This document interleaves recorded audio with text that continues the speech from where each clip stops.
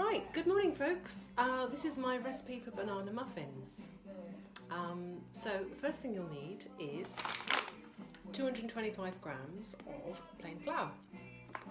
And to this plain flour you add 1 teaspoon of baking powder, half a teaspoon of bicarb. So I've already measured mine out and added bicarb and the baking powder, so that's good to go. Right, the next thing is 50 grams of brown sugar. So just put that in. Then we also need 3 bananas, 125 ml of sunflower oil, 2 eggs. So I've cracked my eggs and put them in here, ready to whisk up. And basically what you do is mix the dry ingredients, whisk up the eggs, chop up the banana, add the eggs and the oil to the dry flour and sugar, and then mash up the bananas, bung it in, and then splodge it into the muffin tray. So I'll do that now. So I then add the oil to the eggs.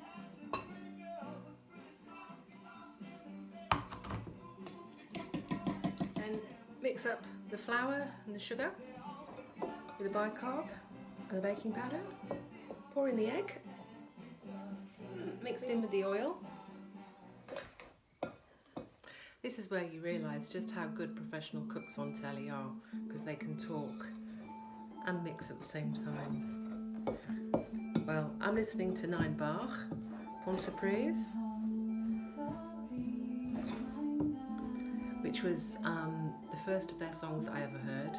I was listening to Cerys Matthews on Six Music on St David's Day, and this track came on and it just, stopped me in my tracks. I just found it spellbinding and reminds me a little bit of Scarborough Fair. Anyway, back to the banana muffins. So yeah, it's looking a bit doughy at the moment. So this is where then you use your jug, get your bananas, you peel them and mash them up in the jug that's still got a little bit of residue, egg and oil in it.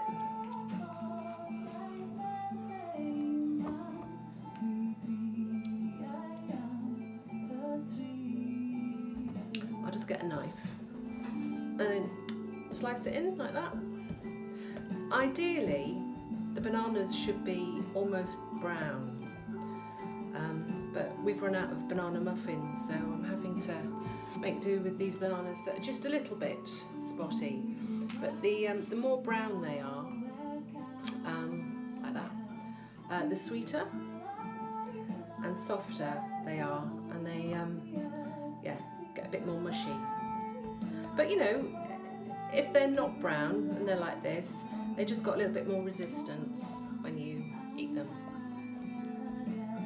And I must say that they are very popular in this household and with our visitors from Airbnb, who unfortunately we're not going to see for rather a long time. But there we go. And as I thought to myself this morning, if life gives you muffin tops, then really it is your obligation to eat muffins. Just mash them up a bit. So yeah, when you mash these up, you then mix them into the dough, and then you scoop them out in splodges into the muffin tray. And then just to give it that sort of final piece de resistance, I like to sprinkle a little bit of granulated sugar on top. So that means when they come out the oven, they are absolutely delish. Now, my oven is an electric oven, and it's a bit hit and miss. So I just switch it on, bung them in, and wait until I can smell them, and then I try to rescue them before they burn. I'm sure there's a much more sensible way of approaching cooking, but I'm afraid I have rather a slapdash approach to many things in my life. cooking being one of them. Right, so I'm now going to add the mashed banana into the dough.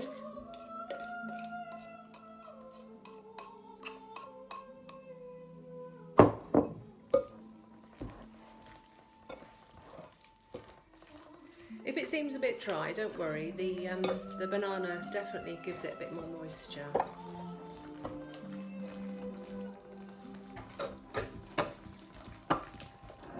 So that's what it's looking like at the moment. Pretty good.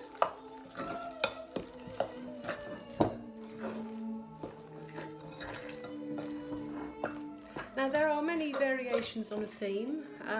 In the past I've added apples, I've added chocolate chips, walnuts. You know, you can mix and match.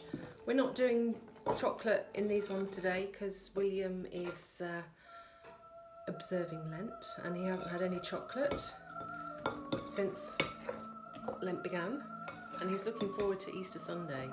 Let's just hope we've got Easter eggs left in the supermarkets by then. Okay, so I think that's pretty much good to go. So I'll just go and get my ice cream scoop and splodge some mixture into the muffin trays.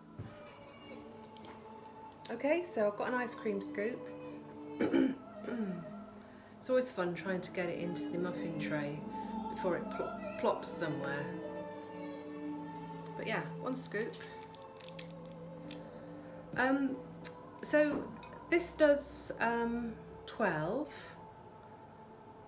Often there's a little bit more mixture left over, and I try to distribute the mixture evenly. But really what I find is just one ice cream scoop is sufficient. And I try to resist the temptation of overloading the muffin cases, because what happens is I end up with rather rude looking muffins coming out of the oven. They look like dog turds. So just keep it to one scoop and you should be safe from embarrassment of your culinary alchemy. It does require quite a lot of concentration.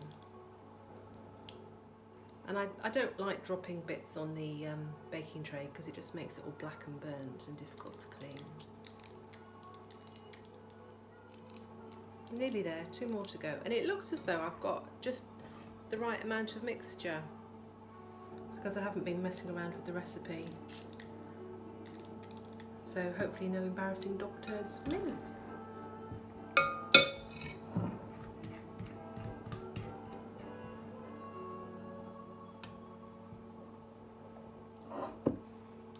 There we go.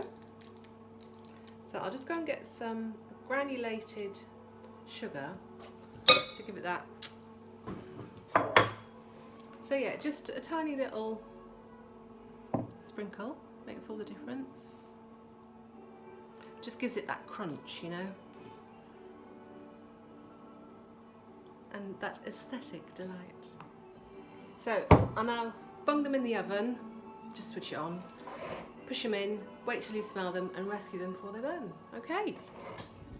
It's got to that stage now where the beautiful aroma is making itself present. Just grab a oven buff and let's have a look. See what we've got. Voila. Okay, this is tricky. Camera work. And hot. There we go. Muffins straight out the oven. Right. Let's bring them on here.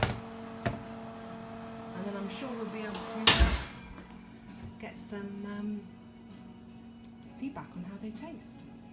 So Mr. Beckham, I was wondering, would you do me the great honour of acting as the bake-off judge and tell us what the muffins are like?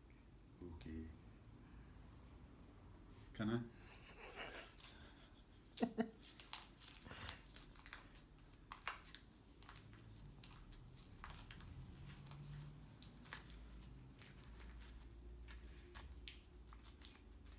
So how does one eat a muffin?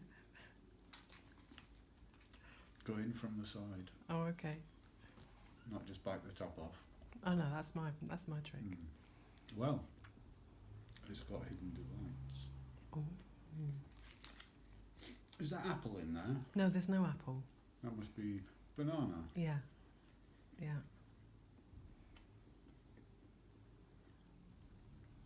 Not too sweet, lovely texture, Yeah. but then little pockets of sweetness. Yeah, lovely texture, like I said, that top's great. Just a sprinkle of sugar. It does do its magic, doesn't it? And big enough to keep you going for half a day. Excellent. Second breakfast. Yeah. Thank you very much. Thank you. Okay.